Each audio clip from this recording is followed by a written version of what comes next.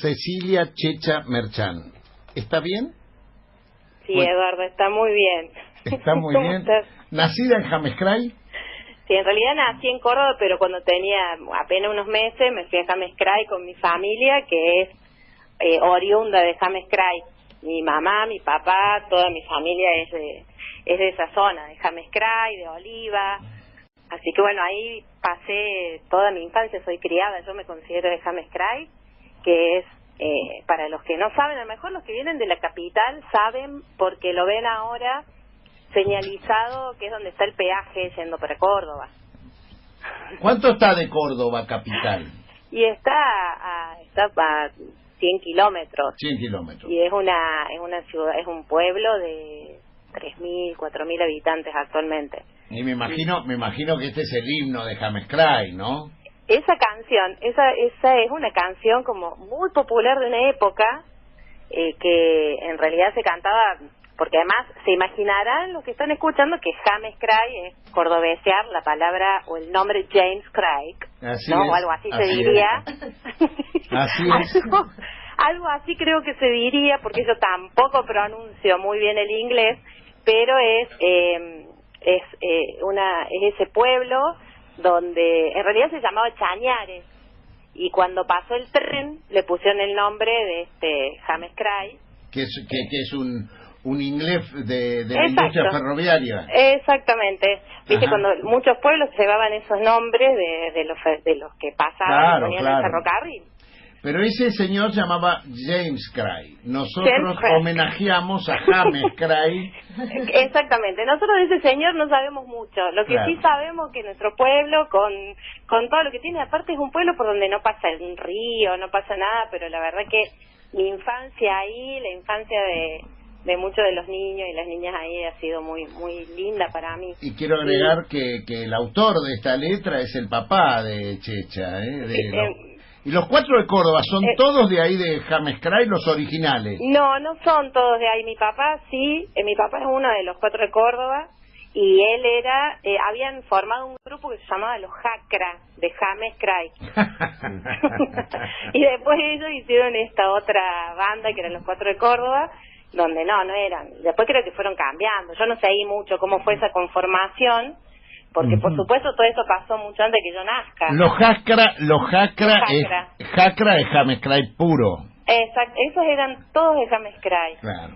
Y después, bueno, lo que pasa es que, bueno, esa música se hizo en ese momento, por eso digo, es mucho antes de que yo nazca, pero después siguió siendo una canción muy conocida. Es un himno cordobés, es un himno cordobés. Sí. A veces en distintos lugares del país, es más, en Capital, una vez me dice una compañera, estoy en La Boca y hay alguien que está cantando en un escenario y te dedica esa canción. Y cantaba eso. Claro, es que, bueno, a los de mi generación, que el folclore ocupó una parte muy importante, no existía todavía Rodrigo con Soy Cordobés, debo decir que el himno cordobés era Pateando Sapos, que de esa canción estamos hablando, ¿no? Exactamente. Y Pateando Sapos, porque vos decías no hay ríos, pero ¿y los sapos dónde estaban ahí? Porque hay lagunas. Hay lagunas, porque en realidad, y había muchos sapos. En los pueblos había muchos sapos, hasta que vino la soja como prioridad en la agricultura, y se acabaron tantos bichos hermosos, los sapos, las ranas, las liebres, bueno, todo, que las perdices, ¿viste? Las perdices era un animal que era tan... Y ahora no encuentro una perdiz en los campos de nuestra provincia. Y claro, es verdad lo que decís. Bueno, verán que estamos conversando con Checha Merchán, militante, en términos francisquistas es una pastora con olor a oveja, porque se ríe ella porque tenemos algunas, pero quiero decir, la Checha milita en causas, es feminista, militante. Acá tengo Menos Camilo, todos los ¿Cómo demás. menos Camilo? Menos Camilo se está desconstruyendo. No, Camilo está desconstruyendo. Ya Creo está. que el único que no se debe estar desconstruyendo ahí es Eduardo Valde. Grande, Checha. ¿Cómo te... Eso es hormigón armado, Checha, hay que derrumbarlo. Durísimo, eso hay que darle con Este todo. es mi hijo, imagínate. Escuchame. Lento pero a paso firme, Lento, pero como... Escúchenme. Sí. Bueno, pero Checha milita todas las causas y para mí es un orgullo y bueno, y ha dado un paso ella y su colectivo, un paso muy importante el sábado pasado, ¿no? Donde se lanza el Frente Patria Grande. Checha ya venía con Itay, previamente habían lanzado un espacio que termina, un espacio en común con Itay Ackman, que termina confluyendo en este Frente Patria Grande. ¿Es así? ¿Voy por ahí? Sí, es tal como vos contás, Eduardo. A mí me parece que está bueno poder hablar incluso, ¿no? Esto como feminista, ya que lanzaste como la primera, como una de mis identificaciones importantes, es que justamente nosotras creemos que no hay un feminismo, hay varios feminismos, hay varias formas de entender el feminismo. Y para nosotras particularmente el feminismo no es solamente tomar 2 o 3 reivindicaciones o decir, bueno, estamos a favor de la legalización del aborto o queremos que se aplique tal tema, sino que creemos que entre otras cosas no hay manera de luchar por un feminismo popular, un feminismo real, si no luchamos en contra de otras causas muy profundas, como por ejemplo el empobrecimiento de nuestra sociedad. ¿Qué pasa cuando hay empobrecimiento, cuando hay pobreza en una sociedad? Las principales afectadas somos las mujeres. Y eso hay que decirlo siempre porque no es algo menor, no es algo secundario. Entonces, trabajar en contra de la feminización de la pobreza y que esa feminización de la pobreza trae siempre aparejada la feminización de las organizaciones, y esas organizaciones hoy tienen novedades que traen, ¿no? Traen novedades desde la economía popular, que es lo que claramente expresa y representa Juan Grabois y toda su organización, pero también desde nuestras luchas tenemos que ir abordando todo esto, ¿no? Decir, bueno, ¿cómo vamos a avanzar para que las mujeres efectivamente de los sectores populares seamos parte de todas estas luchas y que estemos en las conducciones de estas luchas y de estos debates? Y lo mismo pasa con los feminismos que se van creando en jóvenes. Yo ahora vengo de Vicuña Maquena, de un pueblo que seguía ayer, la otra actividad, bueno, como sabes vos, Eduardo, soy bastante inquieta. Culito movido, dije sí, yo. Culito bien movido. Cuando estuvimos ahí en Vicuña Maquena, que es una localidad pequeña del sur, también de mi provincia, que queda a casi 6 horas en colectivo de Córdoba capital, ahí había un grupo de jóvenes que vos decís, ¿cómo hacen estas pibas para poner todo este debate en una sociedad como esta? Bueno, eso es lo que está pasando en nuestro país. Del mismo modo que desde nuestros lugares de lucha no podemos dejar de decir que tenemos que pelear con fuerza, y no es de moda, no es de cheto, no solamente que no es de cheta ser feminista, sino que no es de cheta pelear, por ejemplo, por la defensa de la tierra. Acá un pueblo fumigado sabe muy bien lo que le pasa al pueblo de al lado, que también está siendo fumigado, y esa es una lucha que tenemos que dar de manera entera, y creo que el Frente Patria Grande que hemos conformado tiene esas características, poder pelear por luchas que quedan por fuera de las grandes roscas, le vamos a poner entre comillas, de las roscas políticas. Hay luchas que parecen que no están dentro de, cuando hablamos de la unidad, por ejemplo, ¿no?, que hace falta para el año que viene. En general nadie, de las estructuras políticas clásicas, nadie piensa en la unidad pensando en todo esto que está pasando en la sociedad, qué pasa en cada pueblo, qué pasa en la defensa. Acá hemos logrado, un pueblo de Calamuchita logró, y de Punilla, perdón, de un valle nuestro de la... El Valle de Punilla, ¿cómo no?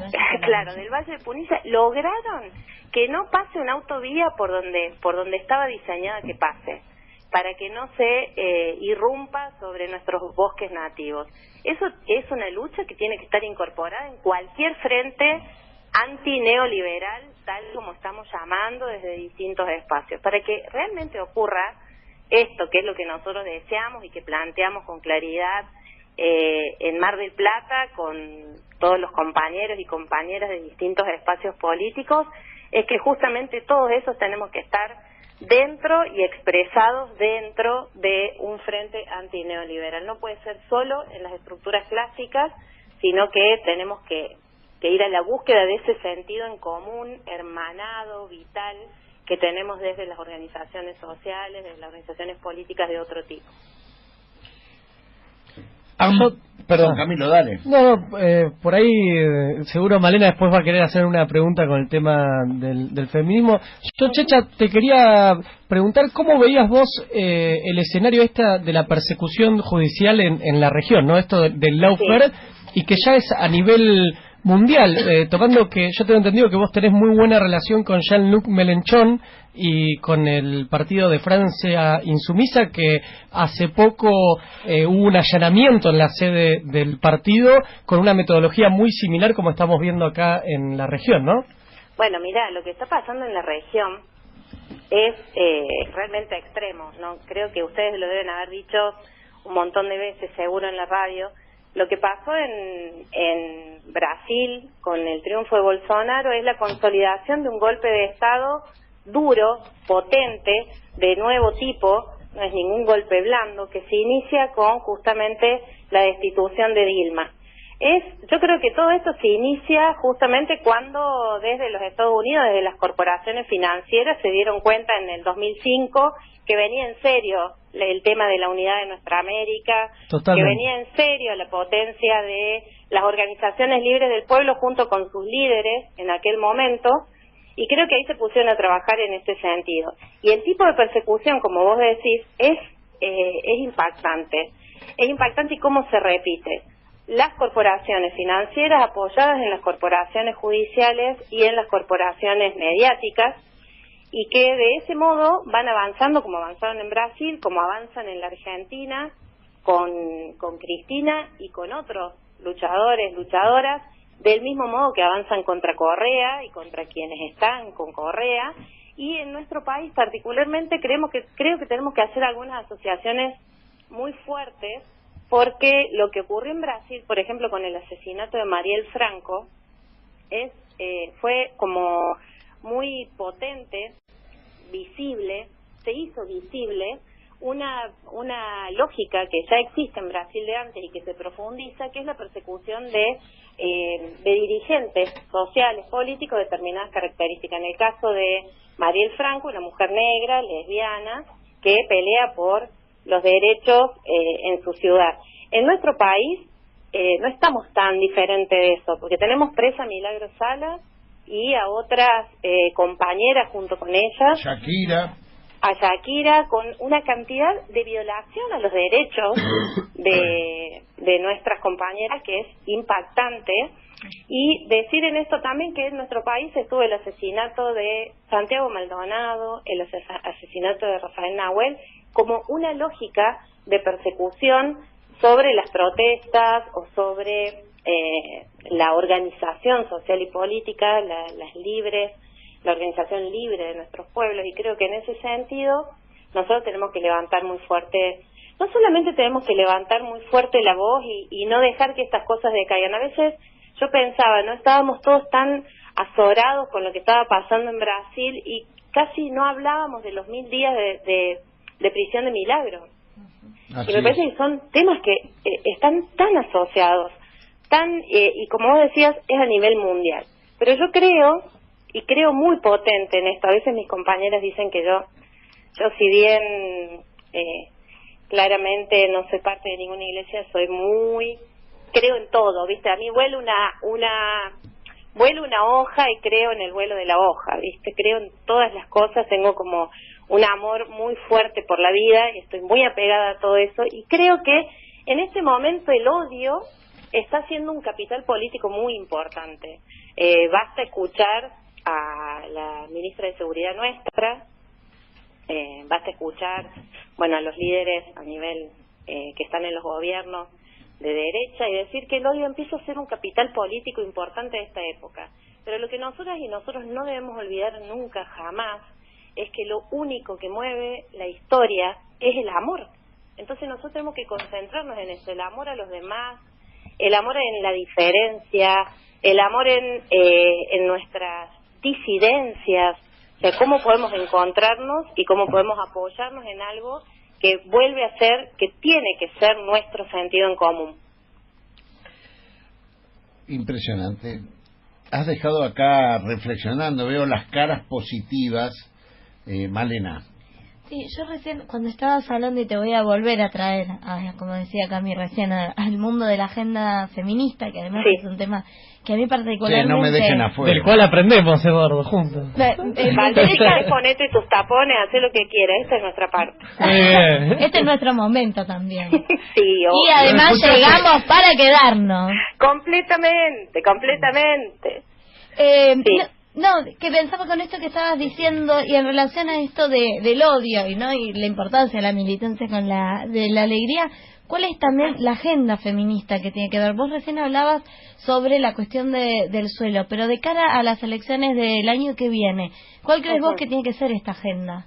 Mira, nosotras creo que tenemos que tener una agenda, yo creo como vos que nosotras hemos venido para quedarnos por varios motivos. Primero porque los feminismos han dejado de ser un espacio de élite, como fueron en los 90 en la Argentina. En los 90 nosotros teníamos una gran distancia, los sectores populares, de aquellas que grupos que se denominaban feministas y que estaban en los ámbitos solo académicos o en los partidos discutiendo, por ejemplo, el cupo en ese momento. Nosotros veníamos como en otra lucha, peleábamos por la comida, por el pan, para que nuestros hijos tengan que comer, para poder terminar la facultad, la escuela. Era un drama y estábamos totalmente disociadas de aquello. Creo que hoy pasa algo muy diferente, y es que desde los feminismos populares ya nos vemos, ahora sí que podemos decir con tranquilidad, somos las nietas de todas las brujas que no pudieron quemar, pero además somos las nietas de todas las originarias, de todas las mujeres de nuestros pueblos originarios que pudieron y no pudieron conquistar. Somos las nietas de las negras que mandaron a morir. Somos las nietas de María Ramiro del Valle, la madre de la patria, una negra.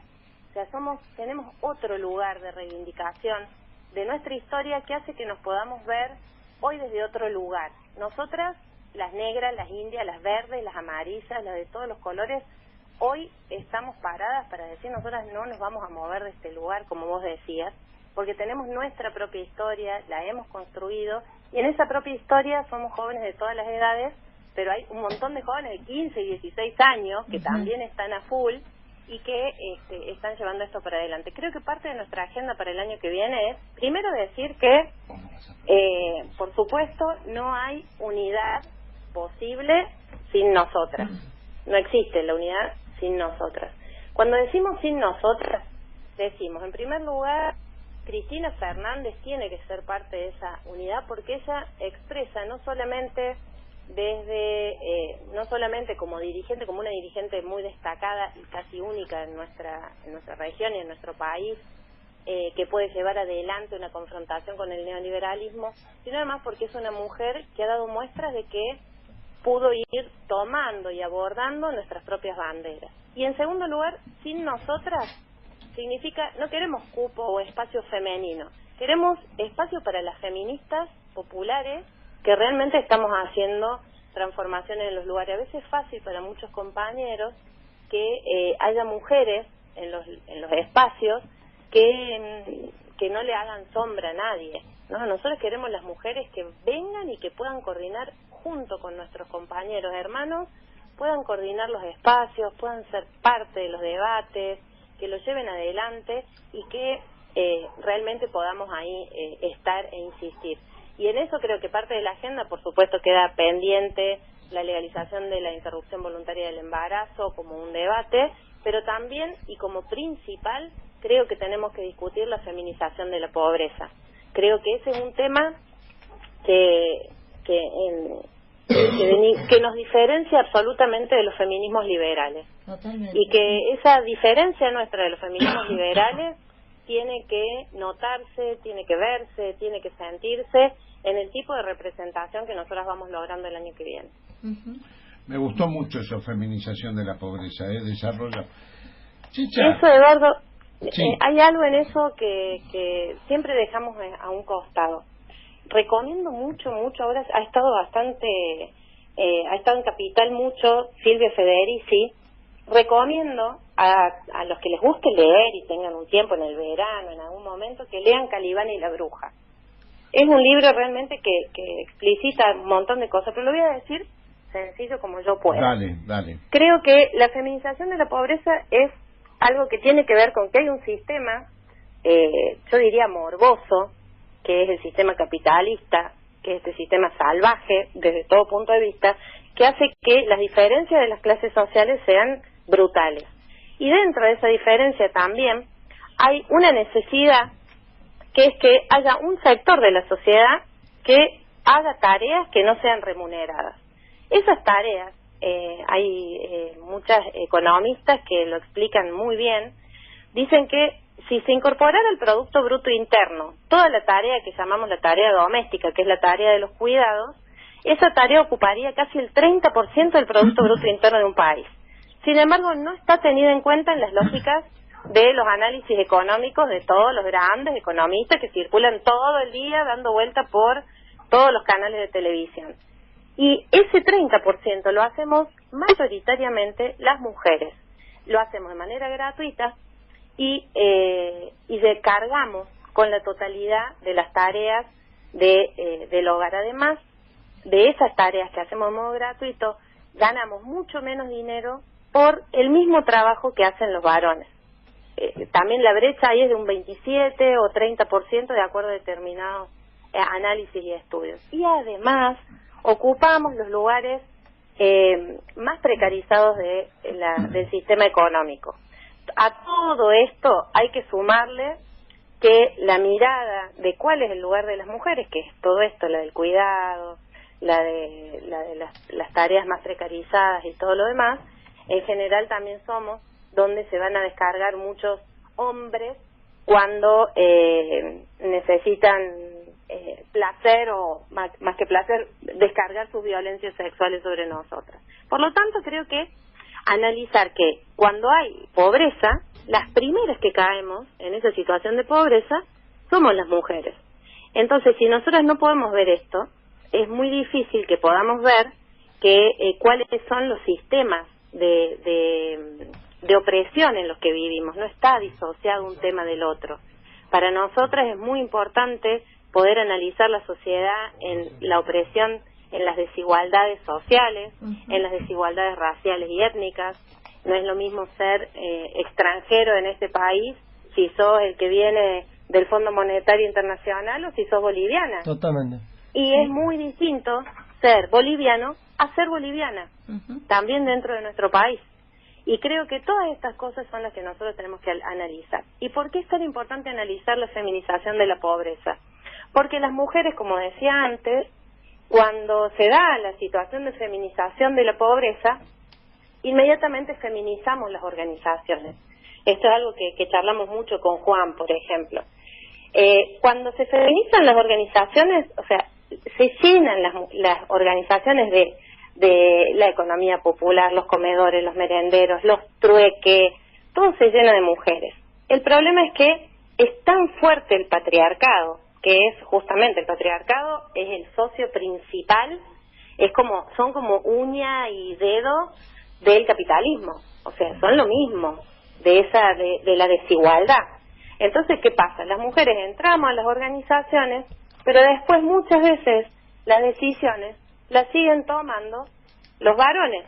Entonces, ¿qué pasaba en los 90, por ejemplo, a principios del 2000, cuando nosotras éramos un montón de mujeres con muy poca experiencia o discusión en este tipo de cuestiones? Estábamos en todas las organizaciones, y ¿quiénes iban a discutir con el gobierno? ¿Quiénes iban a discutir o quiénes estaban en los actos principales? Todos hombres. Entonces nosotros decimos que esa feminización de la pobreza trae feminización de las organizaciones, pero que en esta etapa, gracias a la gran movilización que hay de los feminismos, en esta etapa la feminización de las organizaciones tiene que ir de la mano de la feminización de la conducción de las organizaciones políticas. Y sabes que te hago como un pequeño comentario de todo esto que estás hablando, porque esta feminización de la pobreza tiene que ver con esta supuesta división sexual entre la vida pública y la vida privada. Entonces esto de que vos también estás hablando es como también nos cuesta muchísimo a las mujeres esta participación en la vida pública, y cuando escuchamos comentarios como la yegua, la puta, la montonera, las locas de Plaza de Mayo, el vivo del cáncer, incluso el Heidi, hace referencia no solamente a aquellas mujeres que están participando en la vida pública, sino también a todas, para que nos alejemos de ahí. Incluso en la etapa esa de noticias de Cristina gozando sobre el poder, hay un rechazo también a la mujer participando en la esfera pública. Ay, totalmente de acuerdo con vos, pero 100%. Y fíjate que pasa algo que es muy fuerte. Bueno, ni hablar del tema del placer, como si el placer para nosotras fuera una cosa espantosa, ¿no? Ni hablar. Yo creo que en cuanto a lo que vos decís, es importante retomar todos estos debates.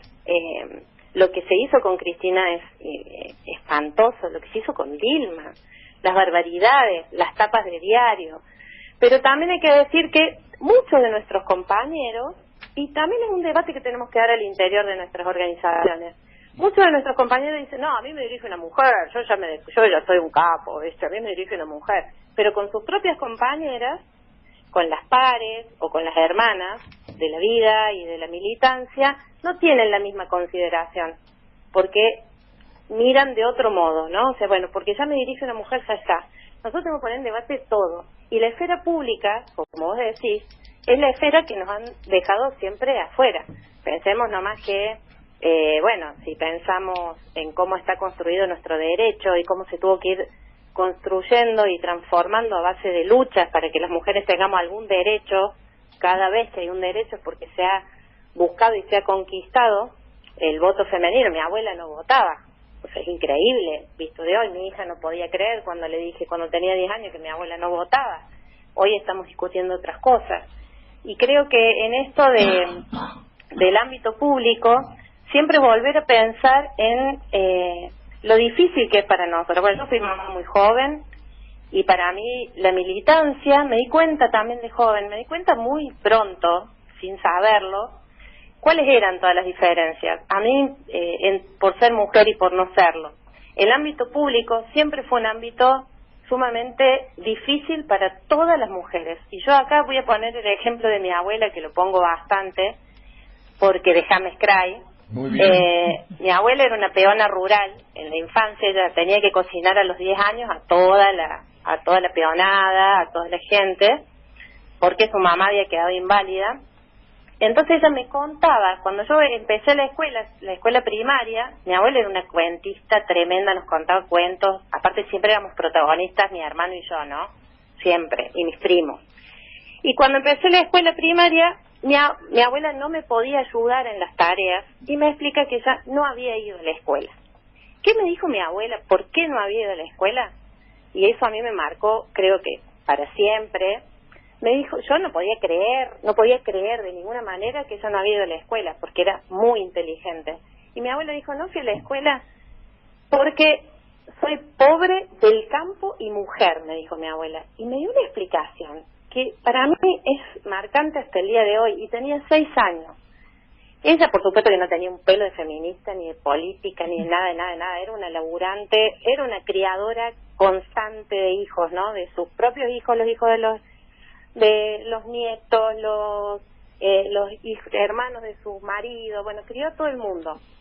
Ella me explicaba que ser del campo era muy difícil, acceder a cualquier, ser pobre era la forma de no llegar a ningún lado, pero ser del campo era muy difícil porque las escuelas quedaban en lugares urbanos. Pero cuando había una maestra en algún campo, las mujeres de un campo al otro no las dejaban ir, porque seguramente iban a estar en ese ámbito público donde iban a tener sexo, no iban a ser las locas del lugar. Entonces, por eso las mujeres no podían llegar. Ese ámbito público que le es negado a todas las mujeres, nos es negado en distintos niveles, en todos los niveles. Lo que ha ocurrido en nuestro país y quizá en la región es que avanzamos tanto que logramos tener presidentas mujeres que dieran batallas tan importantes y que se pusieran al hombro justamente las batallas principales. Pero ellas están ahí también porque estamos todas nosotras en cada uno de esos lugares.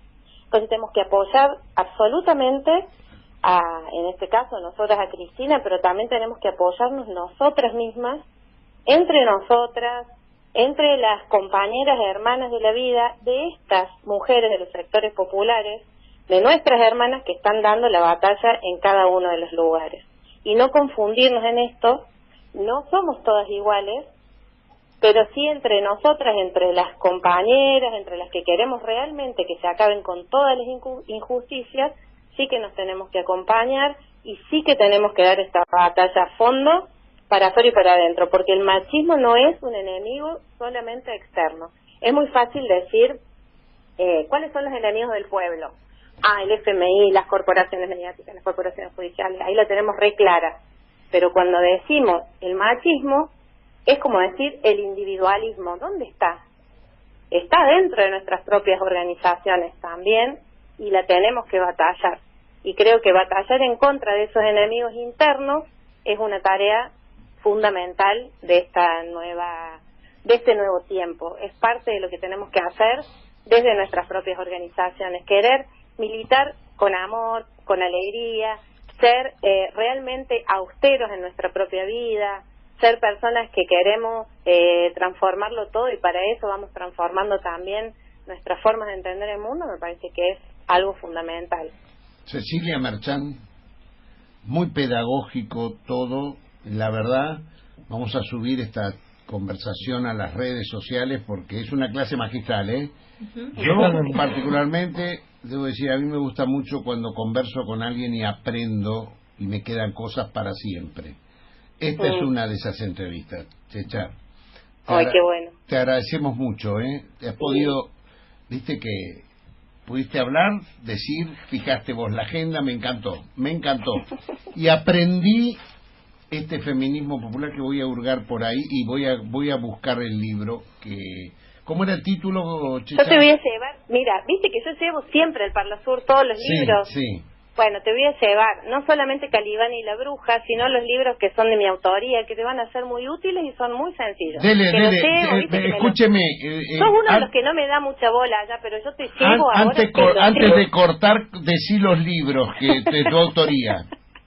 El Ni Una Menos desde los primeros años es uno, y el otro se llama Infancias Libres para trabajar desde nuestros orígenes y en talleres con la educación popular, mi perspectiva de la vida, mi perspectiva de la construcción política es desde la educación popular, siguiendo a Paulo Freire, y creo que desde ese lugar hemos caminado y hemos construido con dificultades, pero realmente generando muchas transformaciones en todos lados.